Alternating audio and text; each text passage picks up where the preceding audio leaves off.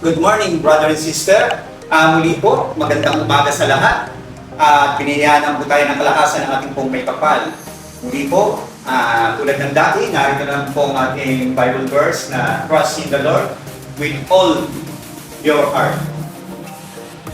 Proverbs 3:5. Tulad nga po, kung tayo po ay may tiwala sa Diyos, tayo po ay palagi ang magdasal na tulad nga ng sinabi na rejoice to the Lord always and pray without ceasing sa 1 Thessalonians 5:16-17. Muli, pag tayo po ay nanalangin, samahan po natin ang gawa para ito po ay maibigay sa ating Lord. Muli po, maraming salamat at sana po ay napulutan niyo ng mga aral ng ating mga nagawa at ng inyong mga napanood. Maraming salamat po at to God be the glory.